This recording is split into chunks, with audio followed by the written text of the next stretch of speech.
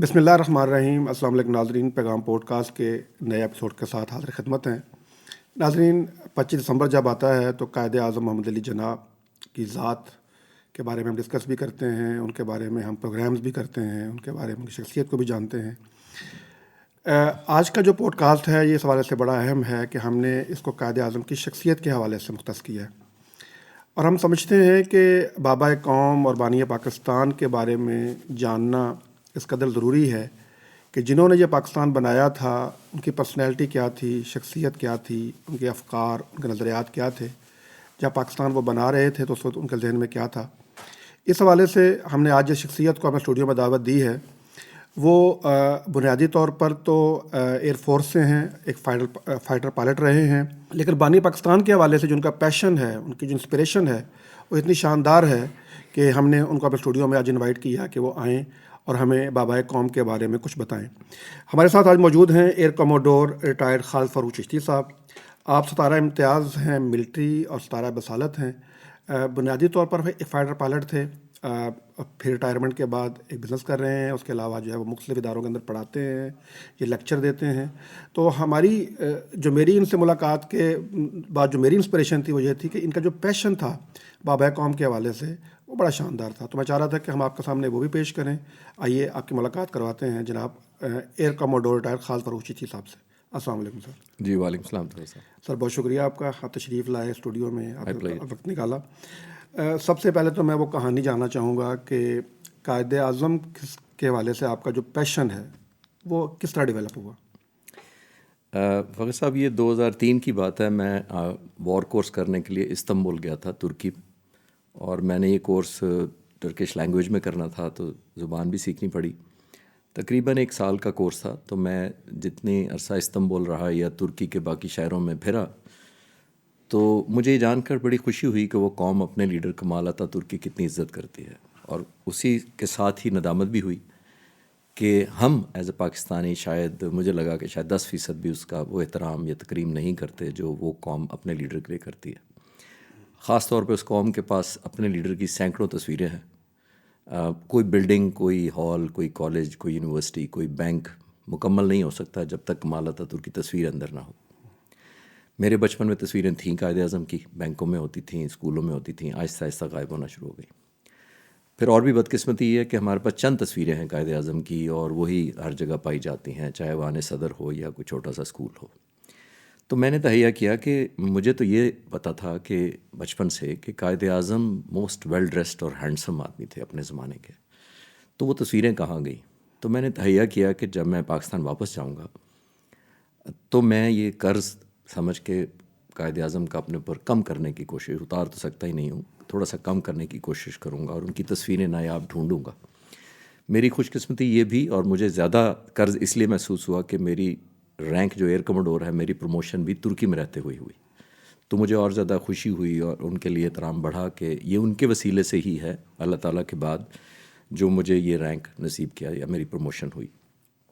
تو میں واپس آیا 2004 میں، اور میں نے ایئر فورس سے باقاعدہ ایک پرمیشن لی کہ میں سرکاری کاموں میں مداخلت ہوئے بغیر قائد اعظم کی ایز اے پیشنیٹ تصویریں اور ان کے کلیکٹ کروں گا جو ان سے ریلیٹڈ مٹیریل ہے۔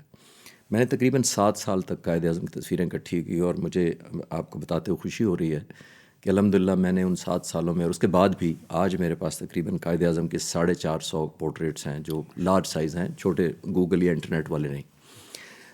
وہ تصویریں جب مجھے مل گئیں اور مجھے لگا کہ یہ تصویروں کا میں کیا کروں، کیونکہ وہ تصویریں آرکائیو سے لی تھیں، میڈیا ہاؤسز سے لی تھیں، پرسنل کلیکشن لی تھی، لوگوں کے گھروں سے لی تھیں، کافی ساری چیزیں جو آرکائیوز میں تھیں وہ پھٹی پرانی تھیں، بوسیدہ تھیں، بارش کے پانی نے ڈیمیج کیا ہوا تھا، دیمک لگا ہوا تھا کوئی تصویروں کو۔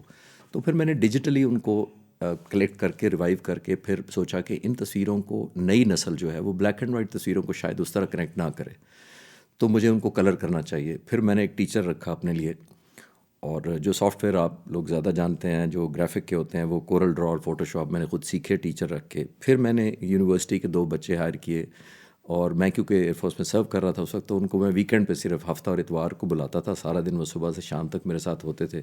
ہم پھٹی پرانی تصویروں کو ڈیجیٹلی کمپیوٹر کے ذریعے ریوائیو کرتے تھے، اور سافٹ ویئر مجھے بھی آتا تھا تو مجھے پھر کروانا آسان لگتا تھا۔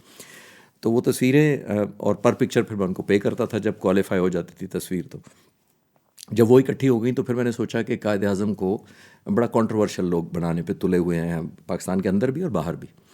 تو میں نے کہا کہ میں ایسے ٹریبیوٹس اکٹھے کرتا ہوں قائد اعظم کے بارے میں جو پاکستانیوں کے نہ ہوں, جو انٹرنیشنل لیڈرز کے ہوں یا انٹرنیشنل میڈیا کے ہوں, جس میں نیلسن منڈیلا نے کیا کہا, چرچل نے کیا کہا, president Harry Truman U S A کے تھے, انہوں نے کیا کہا. اس طرح کے لوگ میں نے ان کے بارے میں اکٹھی کی, اور الحمدللہ پھر میں نے اوور دا ایئرز 200 سے زیادہ ورلڈ لیڈرز کے ٹریبیوٹ اور میڈیا کے. ٹائم میگزین نے کیا لکھا, مجھے بڑی حیرت ہوئی جب مجھے یہ پتہ لگا کہ 1946 میں ٹائم میگزین نے ٹائٹل پہ قائد اعظم کی تصویر ڈالی تھی, مجھے نہیں پتہ تھا.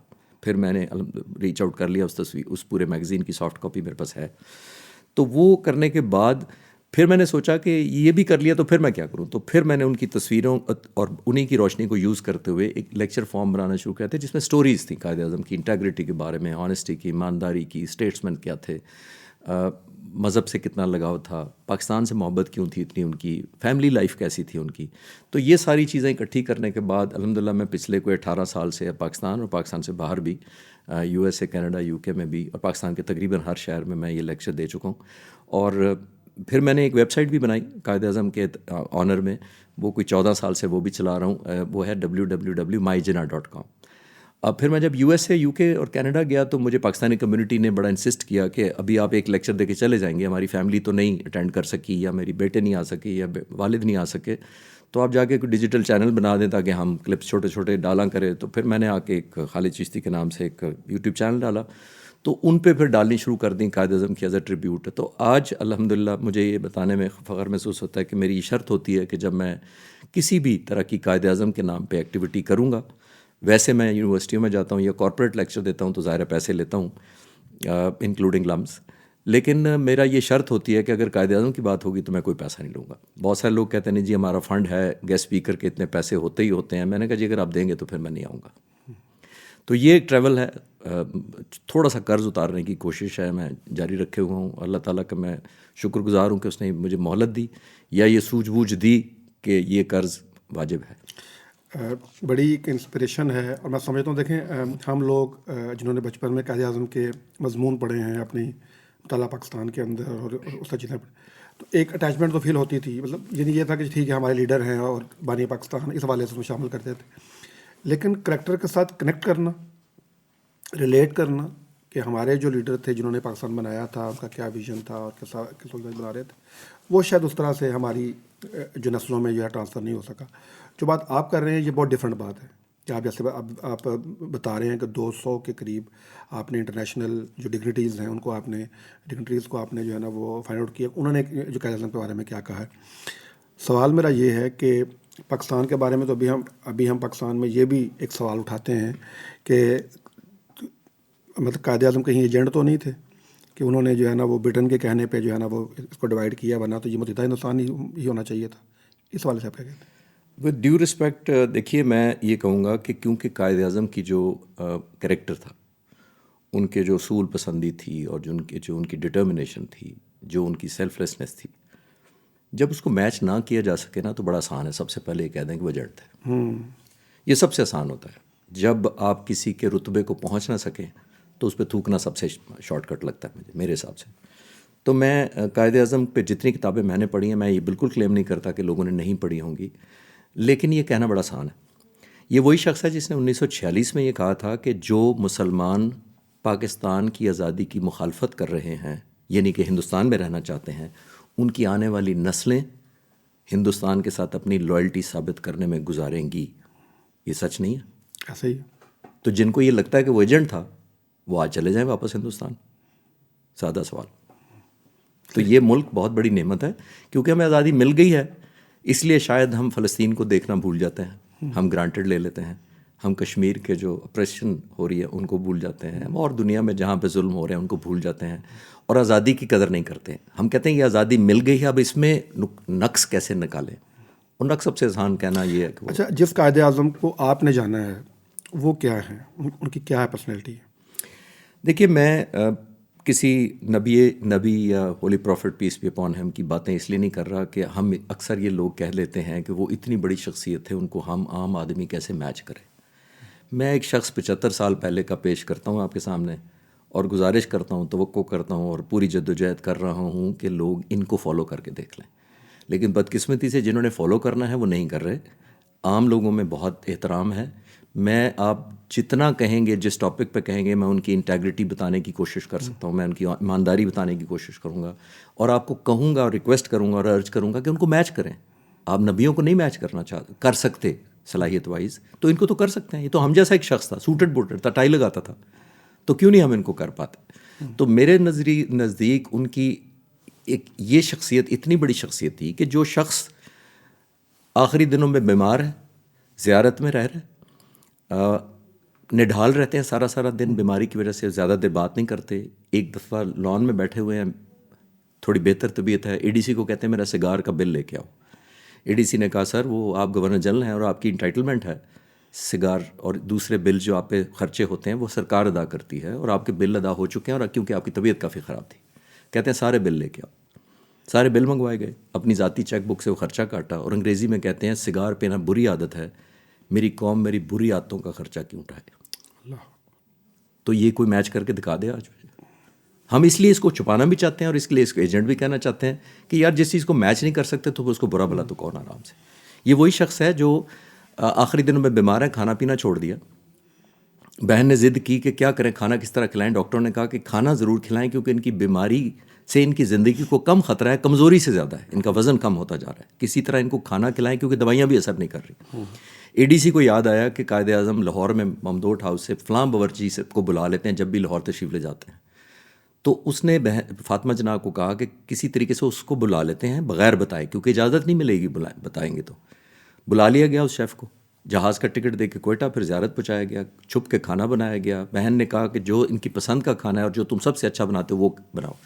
کھانا بنایا، بہن خود کھانا اندر لے گئی، ضد کر کے چکھایا بھائی کو، اور خوشگوار حیرت ہوئی بہن کو کہ وہ کھانا کھاتے چلے گئے. نہ صرف کھاتے چلے گئے بلکہ پیٹ بھر کے بڑے دنوں بعد انہوں نے پہلی دفعہ کھانا کھایا. برتن اٹھائے گئے. تھوڑی دیر بعد اے ڈی سی کو اندر بلایا اور پوچھا کہ یہ کھانا کس نے بنایا تھا. اب کسی کی ہمت نہیں تھی کہ قائد اعظم کے سامنے غلط بیانی کرے. اس کو سچ بتانا پڑا کہ امام ممدوٹ ہاؤس کا فلاں باورچی ہم نے جہاز سے بلایا تھا. کہتے ہیں اس کو بلاؤ. اس کو کیش انعام دیا، اپنی چیک بک سے اس کی ریٹرن ٹکٹ کا خرچہ کاٹ کے.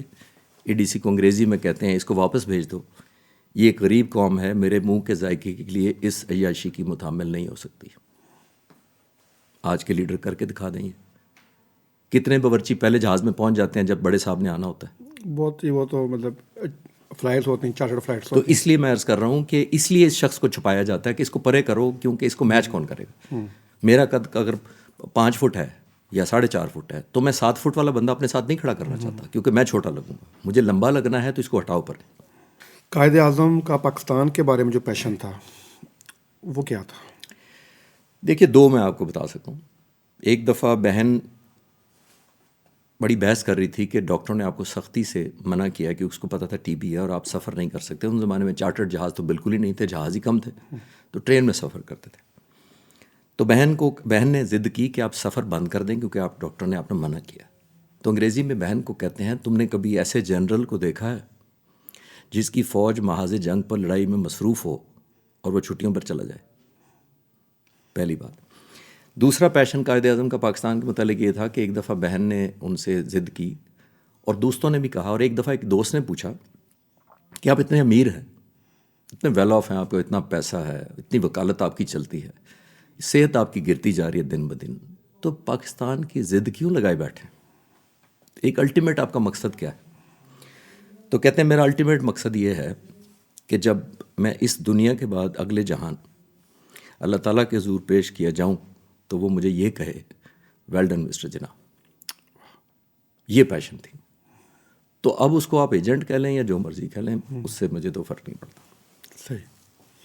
اچھا، ابھی جیسے آپ نے ذکر کیا کہ قائد اعظم کو دنیا کے جو بڑے لیڈر تھے وہ بھی ٹریبیوٹ پیش کرتے تھے، تو کچھ ٹریبیوٹس جو آپ کے علم میں ہیں وہ ہم سے شیئر کریں.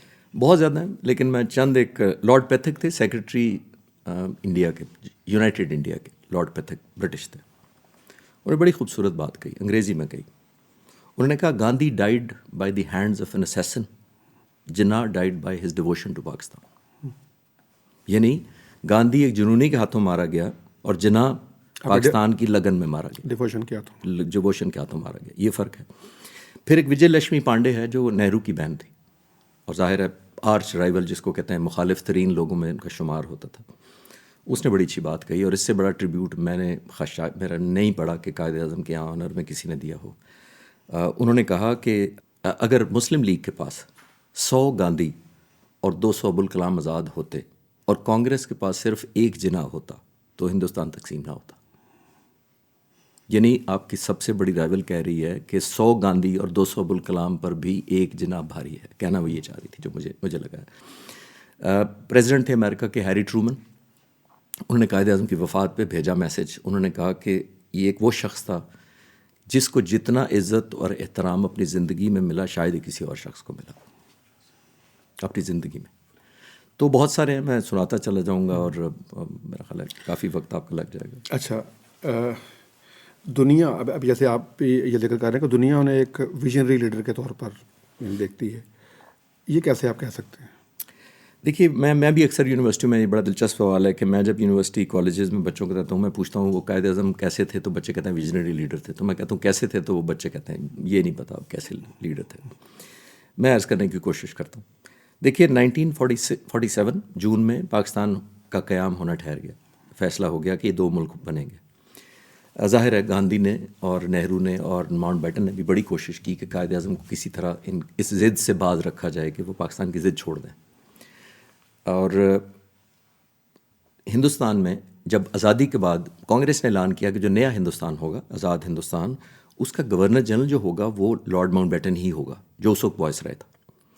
یعنی بہت بڑا انسینٹیو یا لالچ دے دیا انہوں نے اس وقت کے وائس رائے کو کہ تم ہی ہمارے گورنر جنرل ہوگے تاکہ تقسیم میں اس کا ہاتھ ہماری طرف ذرا بہتر رہے. اس نے ماؤنٹ بیٹن نے قائد اعظم سے کہا کہ ہندوستان نے کیونکہ اعلان کر دیا کہ میں ان کا گورنر جنرل ہوں گا تو آپ بھی اعلان کریں کہ میں پاکستان کا گورنر جنرل بھی میں ہی ہوں گا. قائد اعظم نے کچھ سوچنے کے بعد انکار کر دیا کہ ہم آپ کو گورنر جنرل نہیں مانیں گے. اس کو بڑا غصہ آیا کہ آپ نے کیوں ایسا کیا. ایک بات قائد اعظم نے کہی اس کے منہ پہ اور ایک نہیں کہی جو میں نے کتابوں سے اخذ کی, وہ میں اپنی رائے پیش کرتا ہوں, یہ قائد اعظم کی نہیں ہے.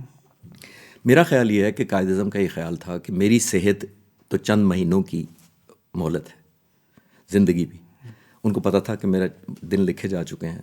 ان کو یہ خیال تھا کہ اگر گورنر جنرل دونوں ملکوں کا ایک ہی ہوا تو بات تو پھر وہی تو جو ہی میں اس دنیا سے جاؤں گا تو ہو سکتا ہے وہ دونوں کو مرج کر کے یا واپس ملا دے دونوں کو. جیسے آج سعودی عرب کا بادشاہ اعلان کرے کہ میں ایسٹ اور ویسٹ سعودی عرب کرتا ہوں اور سال بعد وہ کہے کہ مجھے یہ تجربہ پسند نہیں آیا تو اگلے مہینے سے دوبارہ ایسٹ اور ویسٹ مل جائیں گے. تو یہ اس طرح کا کچھ ہو جانا تھا.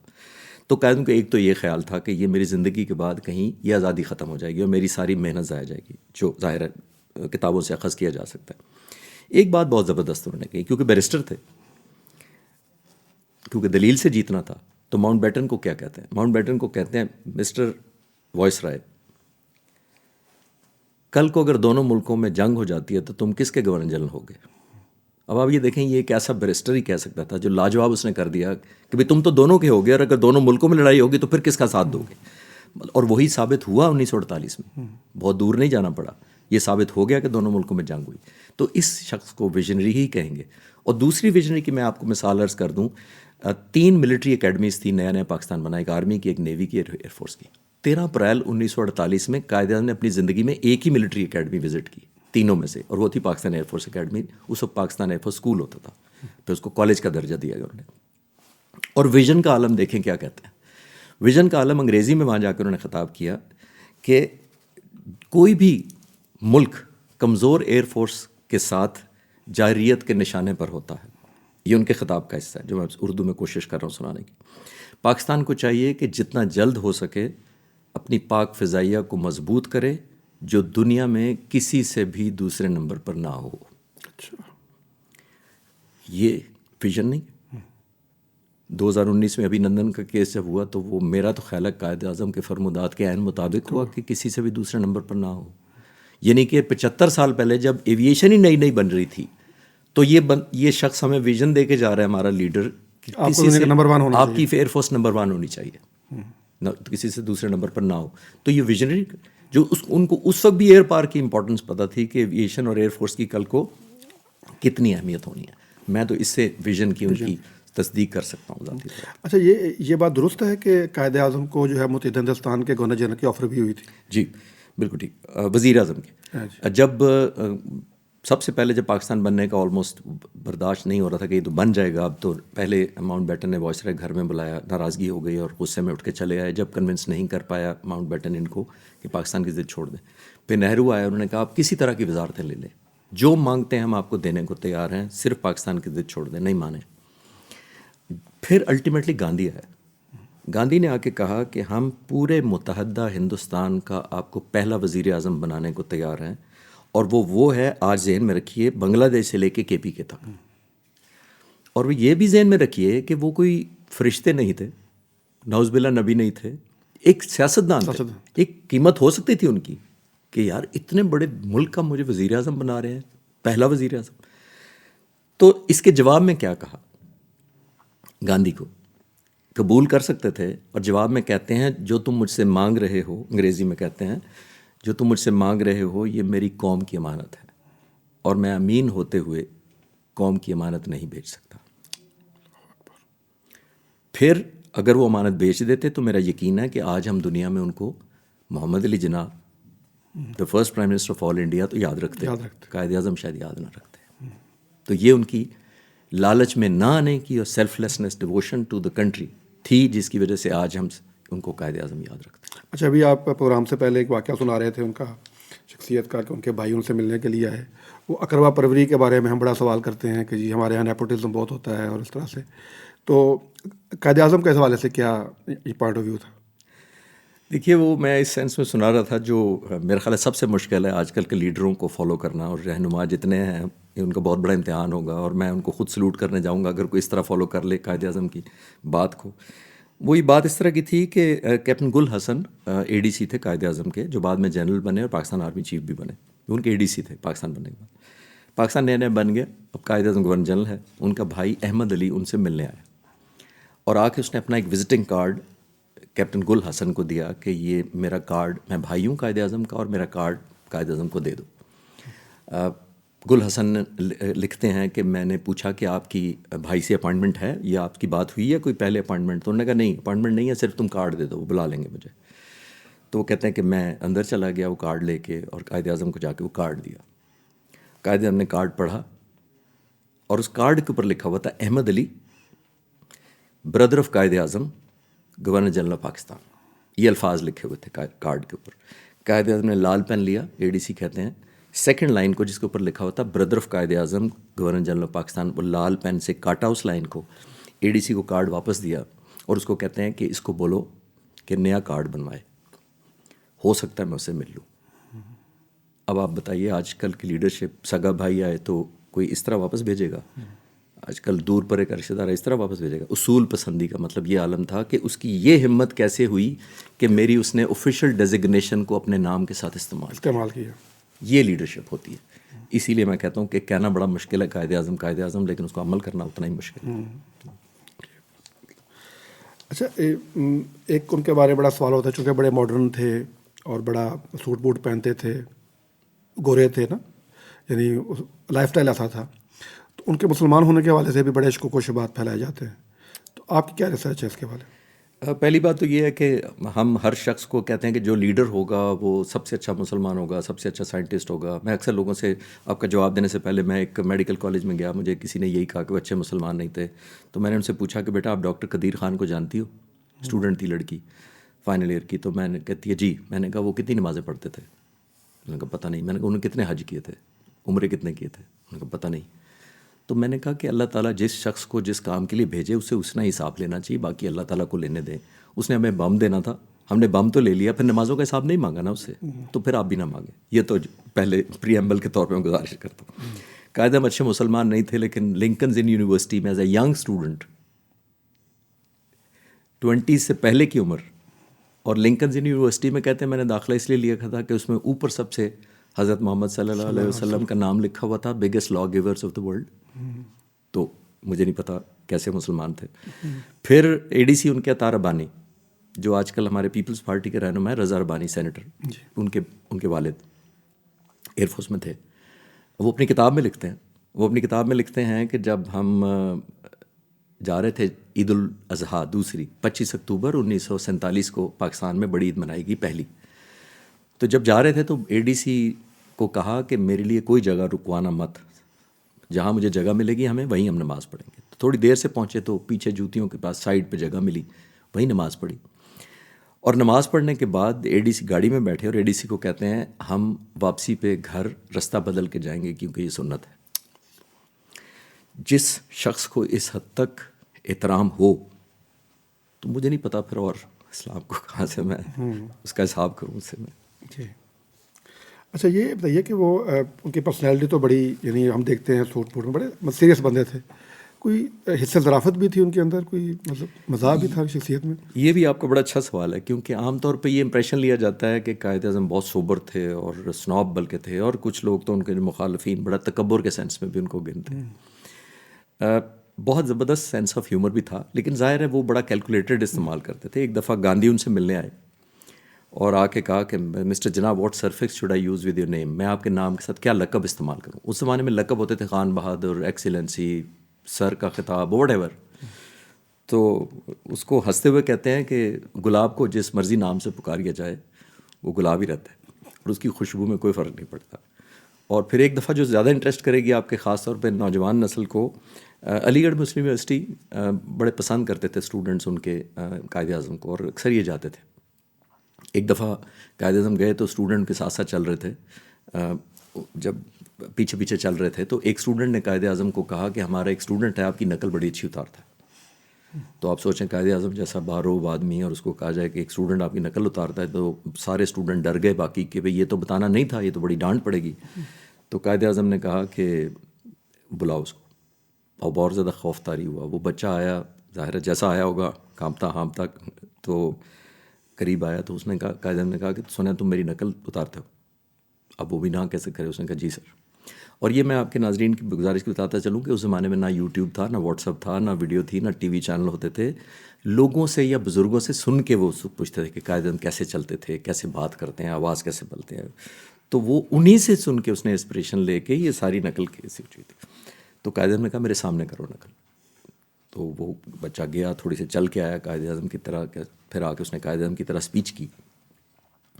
قائد اعظم نے کارک کا ہیٹ پہنا ہوا تھا، ایک وہ پہنتے تھے، اور جیب میں مونو گلاس رکھتے تھے، وہ ایک آنکھ والا. اپنا ہیٹ اتارا اور مونو گلاس نکالا جیب سے، اور اسٹوڈنٹ کو گفٹ کرتے ہوئے کہتے ہیں کہ نیکسٹ ٹائم میری نقل کرو تو اس کو استعمال کیا کرو تاکہ تم زیادہ جینون لگو. اب اتنی بڑی مزاح یا کہہ لیں کہ ایک شخص جس کا مذاق کیا جا رہا ہے اور وہ انکریج کر رہا ہے، تو اس سے بڑا دل تو میرا نہیں خیال. آج کل ٹرائی کر کے دیکھیں کسی کے ساتھ اگر تو اٹھا لیں گے اس کو. یہ تو آپ میں یہی عرض کر رہا ہوں کہ فرق دیکھیں، یہ لیڈر تھا. جی ماشاء اللہ، بڑے زبردست. جی ماشاء اللہ، یہ وہ باتیں ہیں ذات کی، وہ آپ کے کوشش اور پہلو ہیں جو شاید ہم نے. اچھا، ایک ذہن میں سوال آ رہا ہے کہ اگر ہم ان کو جاننا چاہیں، اگر قائد اعظم کے بارے میں جانا، جیسے آپ نے ماشاء اللہ بہت پڑھا ہے، تو کیا ریکمینڈ کرتے ہیں اگر کوئی ہمارا اسٹوڈنٹ یا ہمارے ناظرین ان کے بارے میں جاننا چاہیں؟ کیونکہ اب ظاہر بات ہسٹری کی بکس میں تو بہت کچھ ہے، اور مطلب بہت کچھ ہے. تو اگر ہم یہ چاہیں کہ ہم قائد اعظم کے بارے میں جینولی کوئی چیز پڑھنا چاہتے ہیں یا صحیح معلومات حاصل کرنا چاہتے ہیں تو ہم کیا پڑھیں؟ دیکھیے، ایک کتاب تو میں کوئی بھی ایک نہیں ایسی کہہ سکتا جس کو میں کہوں کہ 100% قائد اعظم کی نمائندگی کرتی ہے، کیونکہ میرا خیال یہ ہے جتنی میں نے باتیں آپ سے کہی ہیں، اتنی بڑی شخصیت کو ایک کتاب نہیں کور کر سکتا.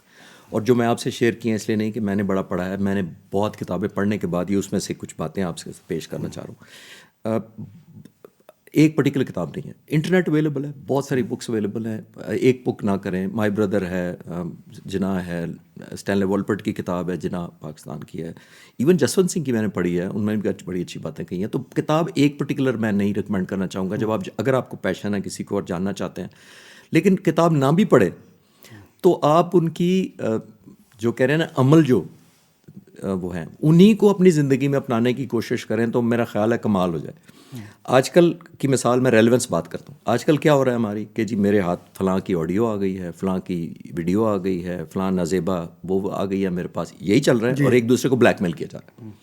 ہر محکمہ سرکاری لوگوں کو، پولیٹیشنس کو ایک دوسرے کو بلیک میل، اس میں ریس لگی ہے، سبقت لے جانے کی کوشش ہو رہی ہے کہ میرے پاس ویڈیو زیادہ ہیں یا تمہارے پاس ویڈیو زیادہ ہیں. میں آپ کو ایک مثال دیتا ہوں جس کو فالو کرنا چاہیے. آج کو میں تو ریکمینڈ کر سکتا ہوں، فالو تو باقیوں نے کرنا. یہ ہم سب جانتے ہیں کہ مسز ماؤنٹ بیٹن اور نہرو کے درمیان انٹیمیٹ تعلقات تھے. یہ دوسرے کو قابل اعتراض خط لکھا کرتے تھے.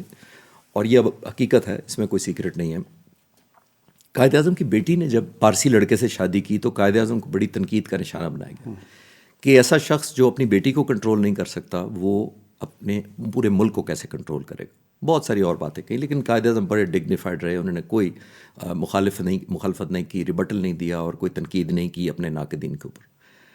اب آپ یہ سوچئے کہ یہ خطوط 1946 میں لیاقت علی خان کے ہاتھ چڑھ جاتے ہیں جو مسز ماؤنٹ بیٹن اور نہرو کے درمیان لکھے گئے، اور وہ خط لے کر قائد اعظم کے پاس آتے ہیں اور آ کے کہتے ہیں کہ جناب ہمیں اب یہ خط مل گئے ہیں، اب ہماری باری ہے حساب برابر کرنے کی، جو آج کل کے حساب سے تو حساب برابر والا کام تھا.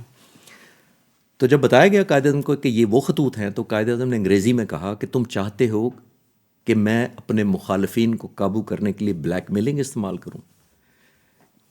ہسٹری اور تاریخ لکھی جاتی ہے لوگوں کے جذبے اور جنون کے ساتھ، نہ کہ چند بلیک میل لیٹرز کے ساتھ.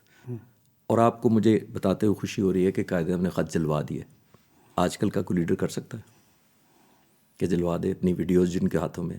ہم تو ایکسپلائٹ کرتے ہیں، ہم تو فیصلے کراتے ہیں اس حساب سے دوسروں سے کہ اگر یہ نہ کیا تو پھر یہ کر دیں گے تمہارے ساتھ، اگر یہ نہ ہو تو وہ کر دیں گے.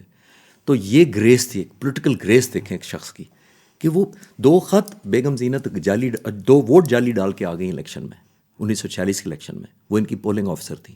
شام کو قائد اعظم کے ساتھ آئیں ملنے کے لیے اور قائد اعظم سارے پولنگ ایجنٹ سے پوچھا کہ ووٹنگ کیسی ہوئی. سب نے اپنی بتایا اور بیگم زینت نے کہا کہ میں نے 2 جعلی ووٹ ڈال دیا آج مسلم لیگ کے حق میں. انگریزی میں کہتے ہیں how dare you do that, تمہاری ہمت کیسے ہوئی یہ کرنے کی، تم جاؤ اور جا کے 2 ووٹ کینسل کروا کے آؤ، کیونکہ میں پاکستان بنانا چاہتا ہوں اصول پسندی کی بنیاد پر، نہ کہ دھوکے اور بے وقوف لوگوں کو بنا کر. آپ سوچیں ذرا یہ کون سا لیڈر ہے؟ ایسے نہیں وہ قائد اعظم بن گیا. آج کل کا کوئی لیڈر تو سب سے زیادہ شاباشی اس کو دے گا جتنے سینکڑوں ووٹ وہ ڈال کے آئے گا کوئی جعلی. وہ 2 ووٹ کہہ رہا ہے کہ نکلوا کے آؤ جا کے، اور تمہاری ہمت کیسے ہوئی. تو میں قائد اعظم کو ایسے نہیں مان رہا، میں کہتا ہوں کہ یہ اصول کہاں ہے کوئی فالو کرتا. یہ لیول ہے ان کا ایسپریشن کے سینس میں. عرض کرنا چاہ رہا ہوں کہ صحیح ہے، غلط ہے. سب ہم فالو کرنا شروع کر دیں تو یہ ملک نہیں بدل جائے گا. بالکل بہت ڈفرینٹ ہوگا. تو جو چیزیں میں عرض کرنا چاہ رہا ہوں یہ میں نے تو نہیں کہی، یہ تو ایک شخص نے کر کے دکھائی ہیں، ہم نے تو صرف فالو کرنی ہے. یہ وہ شخص ہے جو زیارت میں ہے، زیارت جانے سے پہلے کوئٹہ میں پہنچے تو سوتی کاٹن کی جرابیں پہنی ہوئی تھی، بہت سردی تھی، ٹی وی تھی، بہت سردی لگتی تھی. ڈاکٹر نے کہا کہ جی آپ وولن کی گرم جرابیں یہاں سے کوئٹہ سے خرید لیتے ہیں. اے ڈی سی کو بلایا، اے ڈی سی ان کے بیڑے نور تھے، فوت ہو چکے ہیں، میں نے ان کا خود انٹرویو کیا. اے ڈی سی کو بلایا اور بلا کے کہتے ہیں 10 روپے دیے اس زمانے کے، اور کہتے ہیں میرے لیے گرم جرابیں لے آؤ. جب وہ دروازے پہ اے ڈی سی گیا تو اس کو واپس بلایا کہ سنو، بازار گورنر جنرل کی گاڑی پر مت جانا اور دکاندار کو یہ نہ بتانا کہ یہ جرابیں قائد اعظم کے لیے ہیں، کیونکہ گاڑی سے بھی اس کو پتہ چل جائے گا، تم بتاؤ گے تو اگر پتہ چل جائے گا تو میں نہیں چاہتا کہ میری وجہ سے کسی غریب کا نقصان ہو، کیونکہ جب اس کو پتہ لگے گا کہ قائد اعظم کی جرابیں ہیں تو وہ پیسے نہیں لے گا. اتنی حساسیت ہو سکتی ہے. جب زیارت میں ہیں تو بہت سے لوگوں کو شاید پتہ ہی نہ ہو کہ جب زیارت میں رہتے تھے تو وہاں بجلی نہیں تھی، جنریٹر چلتا تھا، جنریٹر 24 گھنٹے تقریباً چلتا تھا. کہا کہ یہ سرکاری پیسہ ضائع ہوتا ہے، 6 بجے شام کو جنریٹر بند کر دیا جائے گا. اے ڈی سی کہتے ہیں کہ ایک دفعہ میں نے جھانک کے دیکھا 9 بجے کیروسین لیمپ میں کام کر رہے ہیں اور سرکاری فائلیں نپٹا رہے تھے. میں نے ہمت کر کے دروازہ کٹکھٹایا اور کہا کہ سر آپ سرکاری فائلوں پہ کام کر رہے ہیں، جنریٹر چلوا دوں؟ تو قائد اعظم نے کہا نہیں ایسا نہیں ہو سکتا، کیونکہ یہاں کے تمام قوانین گورنر جنرل پر بھی لاگو ہوتے ہیں، اور یہ میری غلطی ہے کہ میں نے ٹائم پہ اپنا کام ختم کیوں نہیں کیا. لائیں ایسی مثالیں. تو بہت دور نہیں میں لے جانا چاہتا ہوں، میں 75 سال پرانی باتیں کر رہا ہوں کہ یہ اصول پسندی کا اگر یہ عالم ہو تو میرا خیال ہے بہت ڈفرینٹ ہوگا. اچھا یہ فرمائیے کہ قائد اعظم اور لیاقت علی خان کے حوالے سے بھی ایک بات ہوتی ہے کیونکہ آپس میں آخری دنوں میں تعلقات کشیدہ ہو گئے تھے، یہ بات درست ہے؟ یہ کہا جاتا ہے، لیکن میرے لیے ایک بہت بڑی اتھارٹی ان کے اے ڈی سی ہیں بریگیڈیئر نور جو فوت ہو چکے ہیں. میرے پاس ان کا ویڈیو انٹرویو بھی ہے، اور ان سے یہ سوال کیا گیا جب کہ لیاقت علی خان کے تعلقات خراب تھے، انہوں نے بالکل اتفاق نہیں کیا. اور اتفاق اس لیے نہیں کیا کہ وہ کہتے ہیں کہ میں خود گواہ ہوں، جب قائد اعظم کو ملنے کے لیے لیاقت علی خان کراچی سے بائی روڈ آ رہے تھے، کار کے ذریعے کراچی سے کوئٹہ آنا تھا اور پھر زیارت آنا تھا، تو وہ کہتے ہیں میں خود بیماری کے دنوں کی بات کر رہا ہوں، تو قائد اعظم نے تھرو آؤٹ میرے سے پہلے پلان پوچھا لیاقت علی خان کا، پھر ریسیپشن پوچھی کہ ان کو کوئٹہ میں کون ریسیو کر رہا ہے، اور پھر انہوں نے پوچھا یہاں کتنے بجے پہنچیں گے. زیارت. اور پھر پوچھا دوپہر کا مینیو مجھے دکھاؤ, میں خود سلیکٹ کروں گا کہ ان کے لیے مینیو کیا رکھنا ہے. یہ میں آخری دنوں کی بات کروں, وفات سے چند ہفتے یا چند مہینے پہلے کی بات کروں. اگر تعلقات خراب ہوں تو آئی ایم شیور آپ آنے والے کے لیے مینیو خود چیک نہیں کرتے. پھر وہ انہوں نے خود اپنے انٹرویو میں کہتے ہیں کہ میں پھر 1 گھنٹہ انہوں نے علیحدہ ملاقات کی. قائد اعظم ان کو مل کے بہت خوش ہوئے, ان کا موڈ بہت اچھا تھا, ان کو خود سی آف کیا. تو یہ ایک پروپیگنڈا ایلیمنٹ ہے, یا کچھ سیگمنٹس نے ایک پرسیپشن دی ہوئی ہے. لیکن مجھے یقین ہے کہ سب سے بڑا جو اگر ADC خود کہہ رہا ہے کہ مینیو قائد اعظم نے خود اپنا چیک کیا کہ لیاقت علی خان کے لیے کیا. اگر تعلقات کشیدہ ہوں اور بہت جو لکھتے ہیں کہ نہیں وہ مارنا چاہتے تھے ان کو, تو پھر قائد اعظم ظاہر ہے مینیو خود چیک نہیں کرتے. میرا نہیں خیال کہ اس میں کچھ حقیقت ہے. اچھا, ان کی جو پرسنل لائف تھی, جو ذاتی, یہ تو آپ نے ماشاء اللہ ایز اے گورنر جنرل تو ان کی بہت ساری مثالیں موجود ہیں. اب ذاتی زندگی میں وہ کیسے انسان تھے, اپنی فیملی کے ساتھ, اپنے بچوں کے ساتھ؟ دیکھیے, ذاتی زندگی کا بھی بڑا پروپیگنڈا کیا جاتا ہے, اور ہم قائد اعظم کو سمجھتے ہیں کہ ہر دنیا کے شعبے میں اس کو فٹ ہونا چاہیے. وہ اچھا ہسبینڈ بھی ہونا چاہیے, اچھا پولیٹیشین بھی ہونا چاہیے. نہیں ہوتا انسان ہے. میں تو ایگری کرتا ہوں, اور جتنا میں نے پڑھا کئی جگہوں پہ انصاف نہ کر سکے ہوں, اور ہو سکتا ہے پاکستان کی قیمت انہوں نے یہ دی ہو اپنے پرسنل تعلقات. لیکن جو عام طور پہ لوگ نہیں جانتے, میرے پاس نکاح نامے کی تصویر ہے, میں آپ کو بھیج سکتا ہوں. قائد اعظم نے اپنی شادی کے پر حق مہر 1001 روپیہ نکاح نامے میں لکھا ہوا ہے. اور جو ہم گفٹ کہتے ہیں, جس کو آج کل منہ دکھائی کہتے ہیں یا جو بھی نام دے لیں اس کا, اس زمانے میں 105 سال پہلے شادی ہوئی تھی فخر صاحب آج قائد اعظم کی 1918 میں. آج سے سوچیں پیسے کی کیا ویلیو ہوگی. اس نکاح نامے میں لکھا ہوا ہے کہ گفٹ ٹو دا وائف 1,25,000 روپیہ 105 سال پہلے. تو بیوی سے تو محبت تھی, اس میں کوئی شک نہیں ہے کہ بعد میں ان کی مصروفیت کی وجہ سے. میں آپ کو ایک اور فیملی کے بارے میں بتاتا چلوں کہ جب پاکستان بننا ٹھہر گیا, کہ اب پاکستان بن جائے گا اتنے دنوں بعد, چند دن میں بننے والا تھا, تو جب فائنل ہو گیا تو پاکستان روانگی کے لیے قائد اعظم ایئرپورٹ پر پہنچے جہاز کے ذریعے. انہوں نے کراچی آنا تھا. ایک جرنلسٹ بھی رستے میں ان کے ساتھ تھا. اس نے رستے میں پوچھا, مسٹر جناح آپ کو پاکستان جانا کیسا لگ رہا ہے؟ تو قائد اعظم نے کہا کہ مجھے بہت اچھا لگ رہا ہے, لیکن میں اپنا سب سے قیمتی خزانہ پیچھے چھوڑے جا رہا ہوں. تو ان کا بامبے ہاؤس بہت مہنگا تھا اس زمانے میں, بڑے مہنگے گھر میں, بڑا پرتعیش قسم کا گھر تھا. تو ظاہر ہے اس نے سوچا کہ قائد اعظم کو دکھ ہے کہ بامبے ہاؤس میں چھوڑ کے جا رہا ہوں. اور میں ناظرین کے لیے بھی بتاتا چلوں کہ ہندوستان نے اس کو اینیمی پراپرٹی ڈکلیئر کر کے آج 75 سال تک بند کیا ہوا اور قبضہ کیا ہوا ہے. پاکستان حکومت نے بڑی کوشش کیا کہ ہماری ایمبیسی بنانے دیں ادھر, یا کونسلیٹ جنرل بنانے دیں, لیکن نہیں دیا گیا. تو جرنلسٹ نے سمجھا کہ قائد اعظم بامبے ہاؤس پہ پریشان ہے, اور اس نے کہا کہ مسٹر جناح آپ کو اتنا بڑا ملک مل گیا اور ایک آپ بامبے ہاؤس کے بارے میں پریشان ہیں. تو قائد اعظم نے کہا نہیں, میں بامبے ہاؤس کی بات نہیں کر رہا, میں اپنی بیٹی کی بات کر رہا ہوں. خزانہ, سب سے قیمتی خزانہ. تو یہ ایموشنز تھے ایک شخص کے اپنی بیوی یا اپنی بیٹی کے بارے میں. تو یہ کہنا کہ جنہیں ایموشن نہیں تھے یا سینٹیمنٹ نہیں تھے, ان کے ملازم کہتے ہیں کہ وہ رات کو اٹھ کے ان کے وارڈ روم میں جا کے کپڑوں کے ساتھ رویا کرتے تھے جا کے. یعنی ایموشنلی اٹیچمنٹ تھی, لیکن شاید ان کو پاکستان کا مشن سب سے عظیم یا محترم تھا, میرا خیال. اچھا یہ بتائیے جی, جو قائد اعظم کے حوالے سے آپ نے ماشاءاللہ اتنی باتیں کہی ہیں, اور یہ اتنی بڑی پرسنالٹی تھی. اچھا, جب یہ پاکستان بننے سے بھی کچھ پہلے کی بات ہے کہ جب وہ اپنی لا کر رہے تھے, یہ جو ابھی آپ ذکر کر رہے ہیں کہ بمبے ہاؤس تھا, یہاں پہ جناح ہاؤس تھا, اور بڑے ایک پرتعیش, اور ہر چیز جو ہے وہ اپنے پیسوں سے, یعنی وہ اپنی پرسنل چیک بک سے جو وہ دیا کرتے تھے. تو واقعی اتنے مطلب مالدار تھے, یعنی مزاجی طور پر, اور صرف وکالت سے ہی تھا ان کا ذریعہ معاش؟ جی نہیں, اور بھی کام کرتے تھے. وہ پراپرٹی کا کرتے تھے, اور اسٹاک ایکسچینج میں کرتے تھے. اچھا جی, اور وکالت تو کرتے تھے, اور وکیل بہت مہنگے تھے, اور وکیل اتنے مہنگے تھے کہ اپنی فیس 100% ایڈوانس لیتے تھے. تو ان کے یہ 3-4 سیگمنٹس تھے. اور یہ جو لاہور باقی جگہوں میں اس کی جو شہروں میں پراپرٹی تھی, وہ Quaid Azam as a property کا بزنس کے سینس میں کرتے تھے.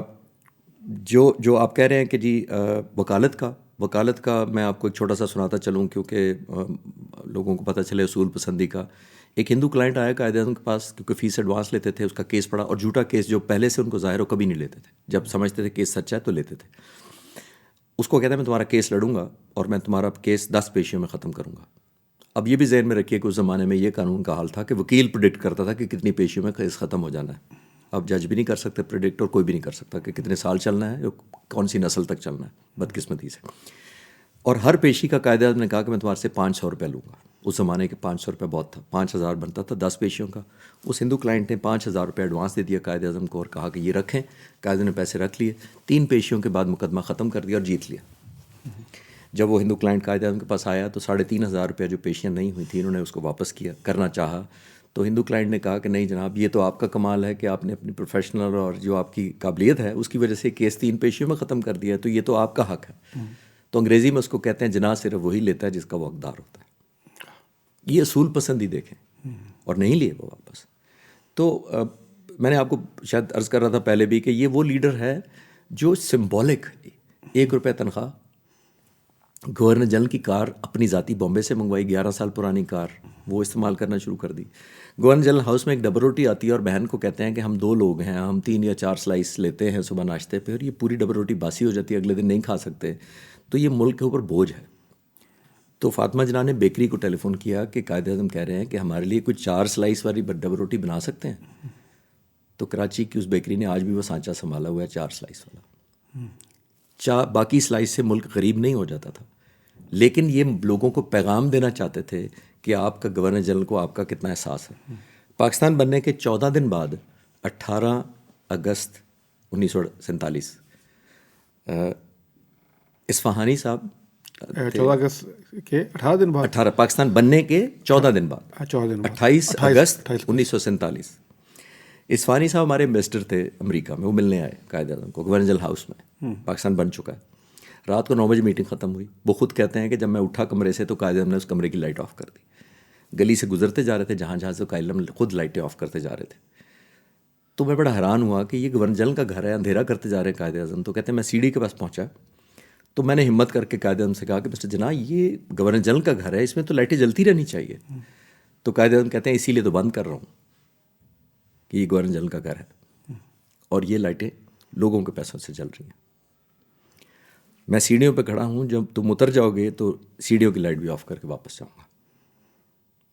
تو قومیں حضور اس طرح بنتی ہیں. پہلے خود لیڈر قربانی دیتا ہے, پہلے لیڈر خود مثال سیٹ کرتا ہے, پھر باقی تو لوگ فالو کرتے ہی کرتے ہیں, چاہے وہ ڈبل روٹی ہو تو چاہے بجلی کا بلب بند کرنے کا.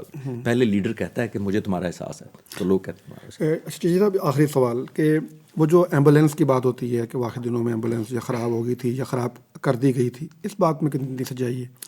دیکھیے میرے پاس ڈائریکٹ کسی کا نیتوں کا جاننے کا بھید نہیں ہے, لیکن میرے پاس جو ٹول ہے یا میرے پاس ذریعہ ہے وہ ان کا ADC ہے جو ساتھ ہے, وہ تو سورس میرے پاس ہے. یہ بریگیڈیئر نور سے پوچھا گیا تھا جو ان کے ADC تھے کہ یہ کیسا ہوا. قائد اعظم کے بہن فاطمہ جناح نے قائد اعظم کی روانگی سے پہلے ADC کو حکم دیا تھا کہ کرنل نول جو برٹش تھے اور کراچی میں تھے کہ ان کو پیغام دیا جائے کہ قائد اعظم کی خواہش ہے کہ میرے اس ارائیول کو بڑا پرائیویٹ رکھا جائے. یہ خود کہتے ہیں, میں اپنی طرف سے کوئی چیز ایڈ نہیں کر رہا, پرائیویٹ رکھا جائے, یعنی کہ بہت لکھ لیں. میں ڈیفینڈ نہیں کر رہا کسی سائڈ کو بھی, میں آپ کو وہ کر رہا ہوں جو بریگیڈیئر نور نے کہا جو اس وقت کیپٹن تھے. تو پرائیویٹ رکھا جائے. وہ کہتے ہیں بڑی خاموشی. ایک دن جہاز آیا, ایک دن پہلے آ گیا. جب ہم روانہ ہوئے تو ایئرپورٹ پر, کراچی ایئرپورٹ ماری پور بیس کے اوپر کرنل نول خود آئے ہوئے تھے. ایمبولینس تھی, موٹر سائیکل تھے ٹریفک کے 1-2, اور ایک بیک اپ یا 2 کاریں تھیں جس کے اوپر رکھا گیا تھا. اور اس کے اندر ہم, پتہ ہے مجھے جو افسوس ہوتا ہے, ہم آج کل کی کاروں کے حساب سے لیتے ہیں کہ جتنی آج ریلائبل الیکٹرانکس, ڈیجیٹل, کمپیوٹرائزڈ گاڑیاں آ گئی ہیں, اسی طرح کی گاڑی ہونی چاہیے تھی. اور وہ گاڑی خراب ہوئی وہ کہتے ہیں, اور بہت سارے لوگ کہ جی کئی گھنٹے, وہ بھی غلط ہے. وہ خود کہتے ہیں 45 منٹ. میں ڈیفینڈ نہیں کر رہا, میں قوم کے سامنے حقیقت ڈالنے کی کوشش کر رہا ہوں. اور وہ ایمبولینس خراب ہوئی, بدقسمتی سی تھی کہ ایک اسٹینڈ بائی ہونی چاہیے تھی. میں بالکل ڈیفینڈ نہیں کر رہا, پروٹوکول کم دیا گیا, میں بالکل نہیں کہہ رہا, لیکن یہ وہ کہتے ہیں کہ یہ خود ان کی خواہش تھی کہ اس کو لمیٹڈ رکھا جائے. اور شاید اس کی وجہ یہ ہو کہ وہ اتنے ہینڈسم اسٹائلش آدمی تھے کہ وہ اسٹریچر پہ شاید چاہتے ہی نہ ہو کہ مجھے لوگ دیکھیں, جتنے اسٹائلش. اور ایک اور ناظرین کو شاید پتہ بھی نہ ہو, آپ کے ناظرین کو, بہت سارے لوگوں کو نہ پتہ ہو کہ جب قائد اعظم نے پاکستان کے گورنر جنرل کا حلف اٹھایا تب بھی ان کی گاڑی میں آگ لگ گئی تھی, جو بہت کم لوگ جانتے ہیں. وہ نواب بہاولپور نے گاڑی گفٹ کی تھی. وہ ماؤنٹ بیٹن کے ساتھ حلف اٹھانے کے بعد گورنر جنرل ہاؤس واپس جا رہے تھے تو چند کلومیٹر گورنر جنرل سے پہلے ان کی گاڑی میں دھواں ہوا, پھر آگ لگ گئی. اتارا گیا, پیچھے فاطمہ جناح کی کار آ رہی تھی, پھر دونوں اس میں شفٹ کیے گئے اور وہ گورنر جنرل ہاؤس پہنچے.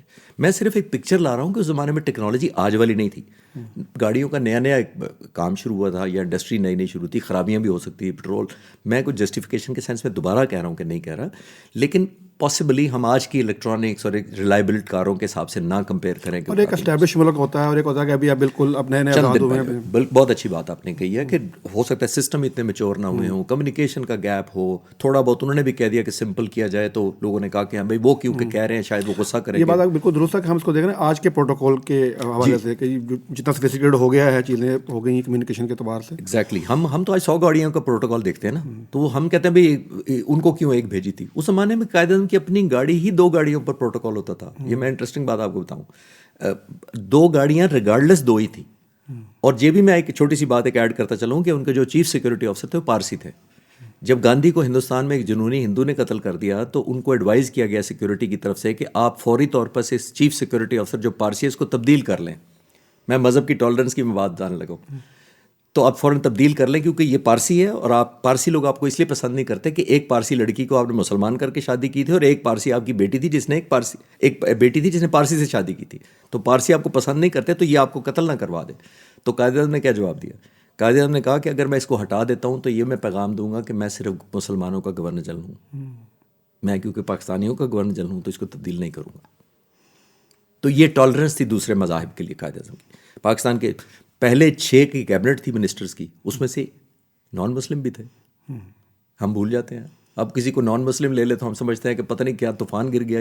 یہ قائد اعظم نے شروع کیا تھا, برداشت تھی, نمائندگی تھی دوسرے جی صاحب, آپ کا بہت شکریہ. بڑی آپ نے قائد اعظم کی شخصیت کے وہ ایک آپ کہہ لیں چھپے ہوئے گوشے جو ہمارے سامنے آشکار کیے ہیں. ہم سمجھتے ہیں کہ آپ کے ذریعے سے اور آپ نے ماشاء اللہ جو ان کے بارے میں پڑھا ہے اور جانا ہے, اس کی وساطت سے جو ہے وہ آپ نے ایک نیا قائد اعظم جو ہے وہ ہمارے سامنے جو ہے نا وہ آج پریزنٹ کیا. آپ کا بہت شکریہ, آپ تشریف لائے ہمارے پروگرام کے اندر.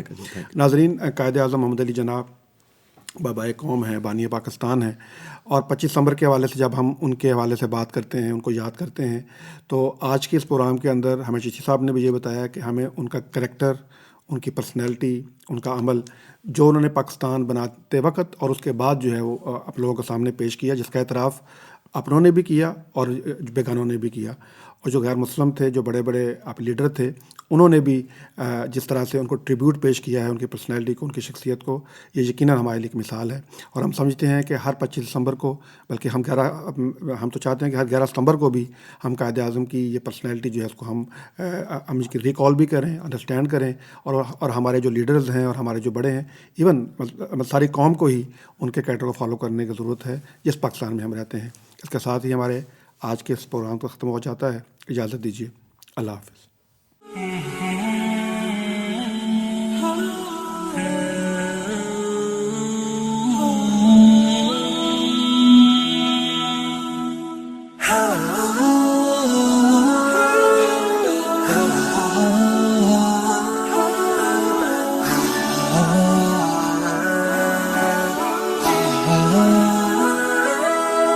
يا ظلام الليل